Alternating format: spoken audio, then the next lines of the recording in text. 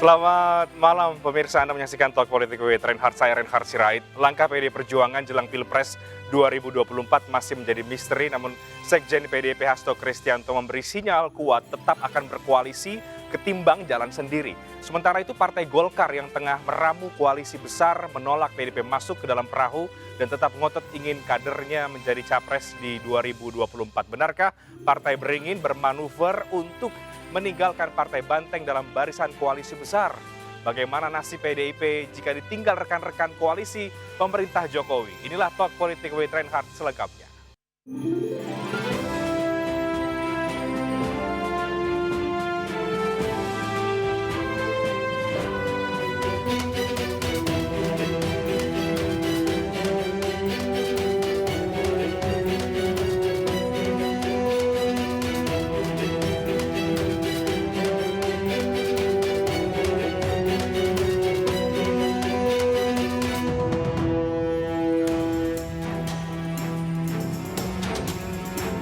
Sekjen PDI Perjuangan Hasto Kristianto menyatakan, di dalam demokrasi yang sehat ketika PDIP melakukan pelembagaan partai seperti adanya sekolah partai, tentu saja akan mendorong kader internal partai.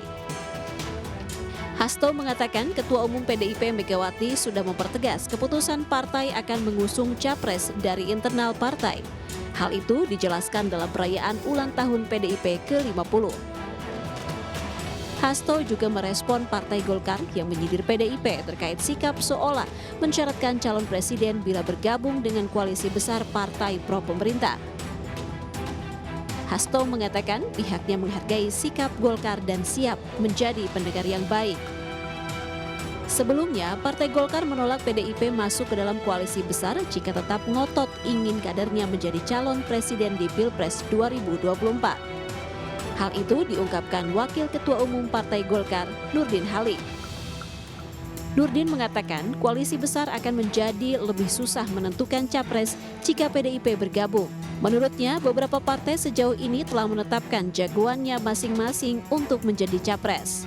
Nurdin menilai jika PDIP ingin bergabung ke koalisi besar akan menghadirkan lebih banyak pasangan capres dan cawapres. Kondisi ini baik bagi demokrasi. Dan malam ini saya akan bahas lebih jauh lagi bagaimana sebenarnya drama koalisi besar ini.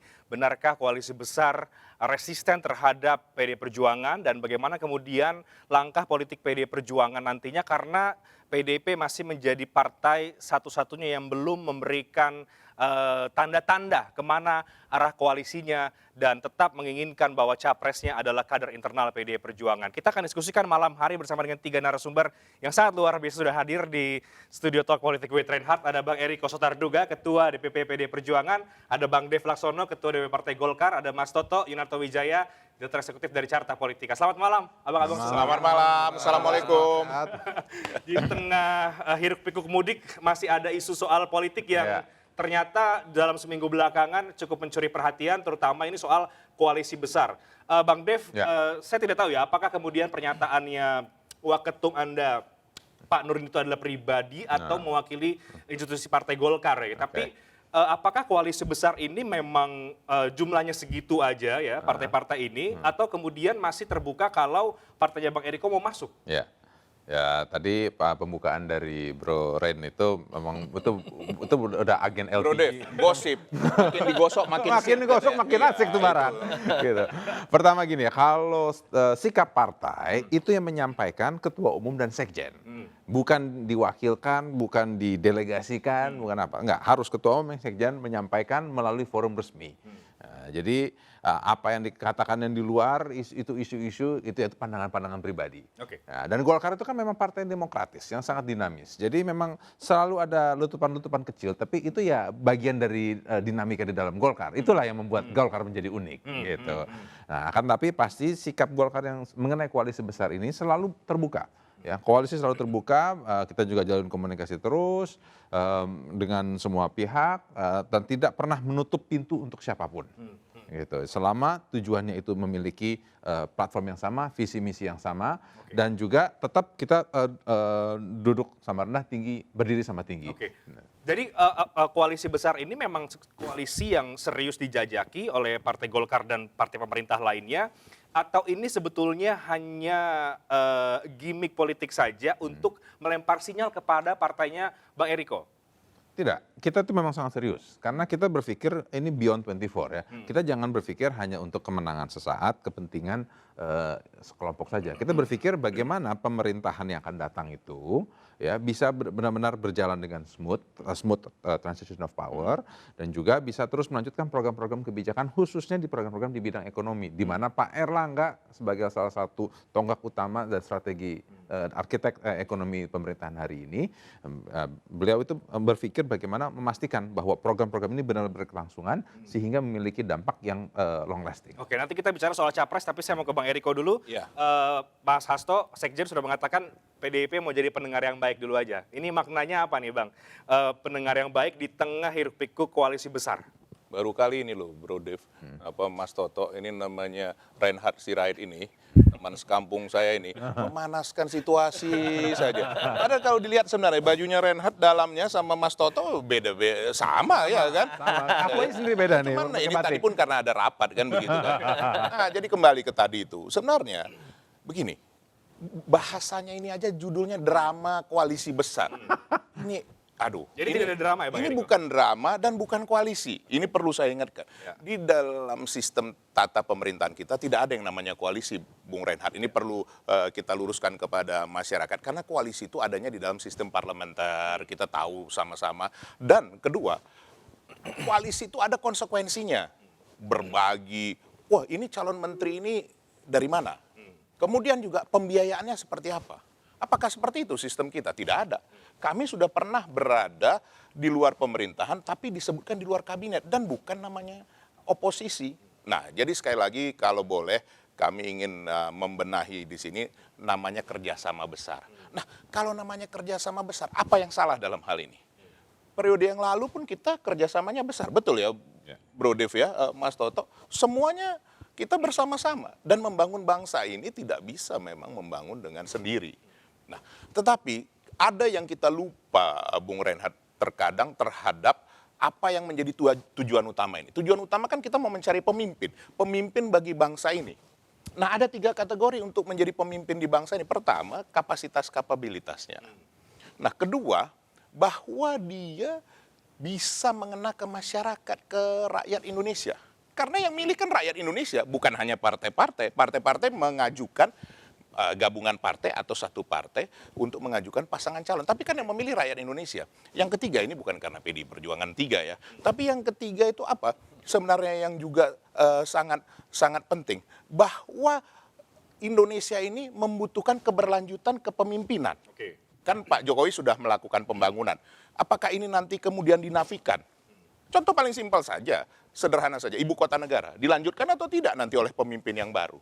Makanya di antara kami juga ada kesepakatan secara tidak tertulis, kalau mau dikatakan itu sebagai kerjasama besar, bahwa kita mencari pemimpin yang melanjutkan dan juga menjadikan pembangunan yang dilakukan oleh Pak Jokowi berkesinambungan dan lebih baik lagi. Cocok dong berarti. Tadi kan Kami tidak mencari yang antitesa, Oke. seperti itu Bung Reinhardt. Nah, tapi kami juga memahami seperti Bro Dev, seperti Golkar.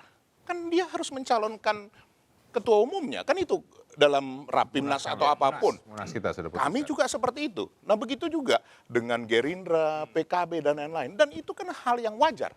Ada kedaulatan partai untuk mengajukan calonnya. Nah, siapakah yang jadi nanti?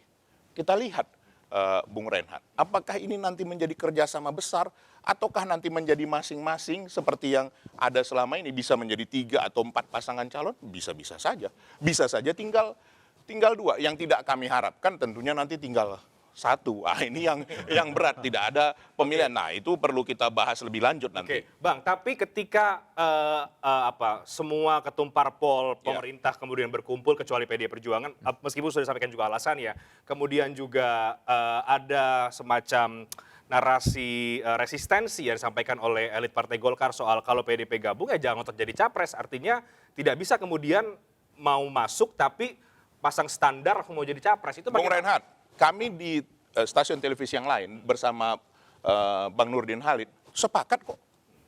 Ternyata beliau memahami. Sekarang begini, ada nggak yang bisa menjamin di sini kerjasama besar ini terjadi, ya, sebelum nanti dilakukan oleh katakan pengumuman atau mendeklarasikan oleh Ibu Megawati Soekarno Putri. Ini saya tidak mau menduga-duga ya, walaupun nama saya Riko Sotarduga. Dipakai terus tuh barang. Sekarang begini, kenapa nggak dilakukan sekarang? Contoh, tadi Bro Dev sudah sampaikan, itu kan kewenangan Partai Golkar bersama PKB. Kenapa tidak deklarasi sekarang atau nanti? Kan tentu ada strategi, ada hal yang difikirkan, dimatangkan. Kan begitu kan? Nah, begitu juga dengan kerjasama yang lain. Itu juga menunggu momen yang tepat. Nah, apakah ini, ya kalau saya melihatnya, ini bisa saja nanti setelah Ibu Mega mendeklarasikan. Berubah lagi? Jangan-jangan, ini seperti periode yang lalu, jangan-jangan calon yang disajikan ini nanti jangan-jangan semua bersama-sama. Nah, ini juga sangat menarik.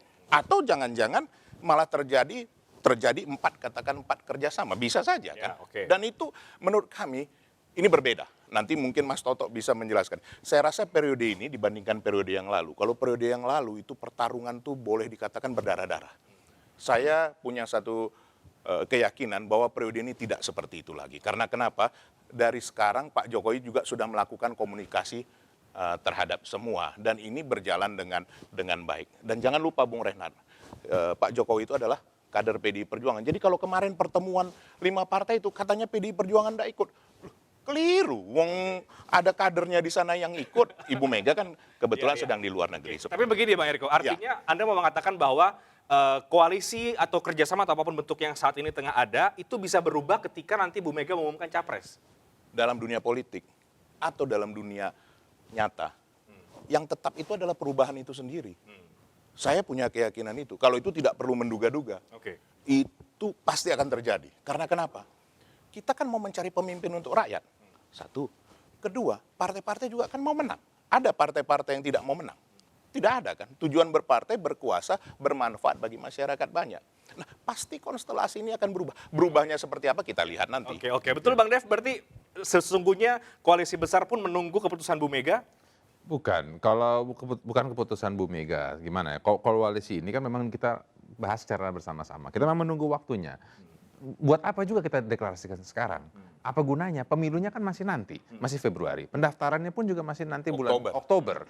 Jadi apa bedanya kita umumkan sekarang, besok, atau 1 hari menjelang pendaftaran? Nggak ada gitu. Kalau ngomong untuk waktu untuk sosialisasi segala macam, calon yang akan diumumkan pasti sudah memiliki popularitas dan elektabilitas yang tinggi. Jadi kita sudah yakin bahwa ini pasti barang pasti jadi. Jadi kita nggak perlu khawatir waktu yang sedikit hanya untuk sosialisasi.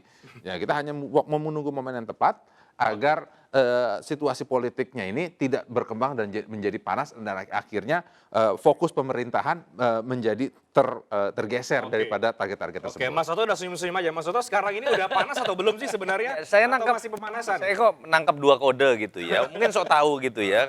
Kalau yang saya tangkap kode dari Bang Eriko beberapa kali menekankan tentang saya menangkapnya keputusan dari Ibu Mega mungkin akan menjadi game changer, kira-kira seperti itu ya.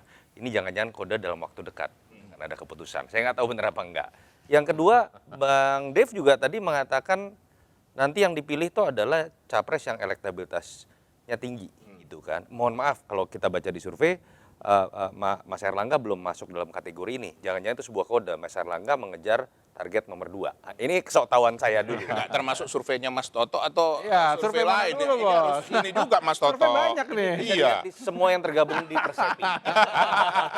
Tapi yang memang bisa disimpulkan begini. Pertama, belum ada koalisi besar. Pertemuan hanya terjadi sekali. Tidak ada sebuah koalisi terbangun oleh pertemuan yang sifatnya sekali. Kedua, ada tafsir memang pada momen itu orang menafsirkan ini menjadi seakan-akan ada sebuah kejutan besar. Dikaitkan misalnya pertama dengan tidak hadir Ibu Mega. Sudah dijelaskan secara teknis ada di Jepang kalau saya tidak salah. Yang kedua, orang langsung mengkaitkan karena ada peristiwa U20 yang katanya membuat elektabilitas Ganjar turun, seakan-akan ini akan minus PDI Perjuangan. Jadi ada yang meledek ini koalisi U20 melawan PDI Perjuangan yang tanda kutip berbeda sikapnya gitu. Koalisi O20. Tapi balik lagi, kita lebih mungkin melihat koalisi besar di bawah Jokowi. Orang mengatakan seperti ini kan, di bawah Jokowi. Itu kalau ini terjadi pada 2019, ketika Pak Jokowi masih bisa maju kembali. Ketika kita masuk ke dalam open election, incumbent tidak bisa maju kembali, ada wilayah tidak bertuan. Ego masing-masing partai itu jauh lebih besar. Dan itu sampai sekarang tampaknya belum selesai ya, Mas Toto. Ego masing-masing partai itu. Yang sudah menyatakan diri KIB, KIR saja tidak deklarasi kok, apalagi ini baru yang bertemu sekali. Tapi balik lagi, kalau dugaan saya, penghambat teknisnya pertama adalah penentuan capres. Kalau mau dilihat lebih tajam adalah ada dua partai yang di situ mungkin akan cenderung bersikeras dengan posisi masing-masing. Dua partai yang elektabilitasnya tinggi dan juga punya capres elektabilitasnya tinggi. Di situ ada PDI Perjuangan, ada Prabowo. Kan mulai di situ kan perdebatan apakah Pak Prabowo mau jadi wakil, Ganjar jadi wakil, atau mereka akan bertarung. Perdebatan di situ. Itu yang pertama. Yang kedua, andai kata ada yang berasumsi bahwa wah ini koalisi yang akan meninggalkan PDI Perjuangan sendirian. Mereka akan bergabung misalnya. Saya nggak yakin loh partai-partai ini misalnya mau berebut kue yang jumlahnya sama, tapi dengan banyak aktor. Kan dapat potongannya akan kecil. Begitu PDI Perjuangan akan melakukan deklarasi, mungkin akan ada satu partai yang langsung kabur atau dua partai yang langsung kabur. Karena merasa ngapain bagi-bagi dengan banyak aktor ketika jumlah kuenya besar, mendingan saya pindah nih. Saya cuma berdua di sini, gitu dibanding di sini berlima. Itu logika kekuasaan. Apalagi dalam pertarungan misalnya Pak Prabowo dan Mas Ganjar, dua besar gitu ya. Kita belum bisa menentukan siapa yang kuat sekali. Biasanya koalisi besar mungkin terbentuk kalau ada satu calon yang bisa menjadi capres yang elektabilitasnya jauh di atas yang lain, baru itu bisa terbangun. Oke, jadi Anda mau katakan bahwa koalisi besar ini sebenarnya agak sulit terjadi dan justru yang kemungkinan terjadi adalah ketika Bu Mega mengumumkan capres, di antara 5 partai ini bisa satu persatu mungkin beralih ke koalisinya dengan PDI Perjuangan gitu Mas Toto? Too good to be true untuk menjadi sebuah koalisi besar dalam waktu dekat, apalagi diputuskan dalam waktu dekat. Saya tidak mengatakan nanti kiblatnya akan bergeser kepada koalisi PDI Perjuangan, tetapi itu akan kemudian mendiversifikasi yang mereka anggap sebagai satu kesatuan ini dengan mudahnya kalau ada koalisi besar lain, capresnya juga kuat, minimal 1-2 partai itu mungkin sekali akan bergeser. Itu yang menyebabkan menurut saya secara teknis hampir tidak mungkin koalisi besar ini terbentuk, kecuali kalau kita melihat namanya tidak jauh berbeda ya, di antara Ganjar dan Prabowo dalam beberapa waktu ke depan sampai sebelum pendaftaran KPU, ada yang elektabilitas tinggi di atas yang lain, baru mungkin koalisi besar itu bisa terwujud. Oke, Bang Dev, tidak mungkin too good to be true koalisi besar? Saya masih yakin lah. Saya masih yakin karena gini loh, ini kan waktu masih panjang. Jadi dinamika kan berubah terus. Komunikasi masih berjalan dan kalau memang kita bisa mendapatkan formulasinya, pasti akan ada satu kecocokan dan bisa berjalan dan akan bisa masuk ke pemilu seperti itu. Solitin KIB aja kan susah. Yang lebih besar kira-kira gitu kan. KIB sangat solid, itu saya dapat confirm itu. Solid bicara platform, tapi susah untuk bicara capres. Kan selalu itu juga. Dan nunggu waktunya aja. Oke, mungkinkah karena itu juga Bang Erikut, Mas Hasto kemudian menjelaskan bahwa ya kita jadi pendengar saja dulu karena sesungguhnya pun Anda juga melihat di koalisi kerjasama atau apapun itu yang besar ini katanya itu belum tuntas juga sebenarnya. Tapi boleh dijawab nggak kode yang saya tangkap tadi? Nah, Bener nggak tuh? sekaligus menjawab kode tadi itu. Ya sekarang begini, Mas PP Toto kali kodenya. dan kita semua ya. Andaikan pun saya tahu, istri saya aja tidak saya beritahu. Aduh. Ini saya jujur. Kalau saya ibu belum dikasih tahu nggak Bang? Saya belum tahu. Bro Dev? Ya bagaimana ya? Menurut saya ini semua menarik. Dan memang ini harus dilakukan. Kalau seperti yang Pak Jokowi lakukan itu, beliau kan sebagai seorang kepala negara yang nanti kan akan menjadi seorang negarawan.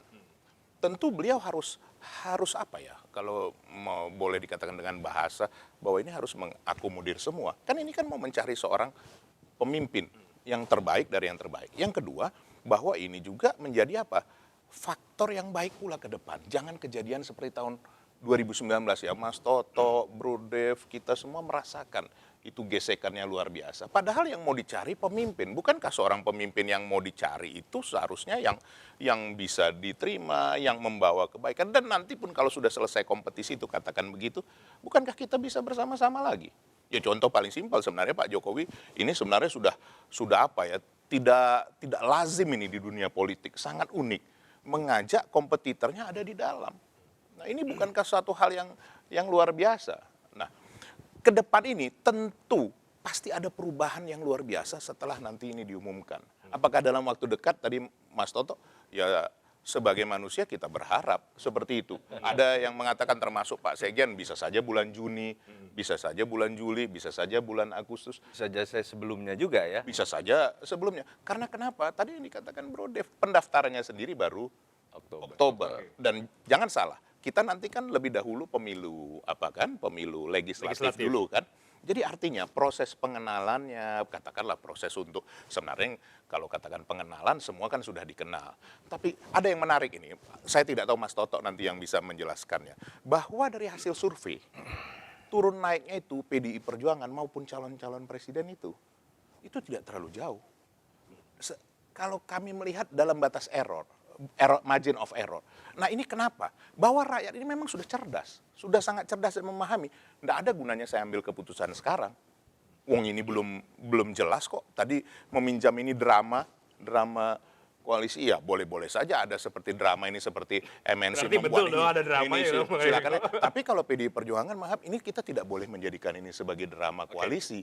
Tapi bahwa ini proses untuk mencari pemimpin dari yang terbaik, memilih yang terbaik itu tentu perlu proses yang cukup panjang. Nah, kenapa Ibu Mega tidak mau cepat-cepat memutuskan? Apa sulitnya sih sebenarnya kalau mau dia? Tapi kenapa? Dari hasil perbincangan kami, beliau melihat bahwa kita memang mesti betul-betul mengetahui apa sebenarnya yang dikehendaki oleh rakyat Indonesia.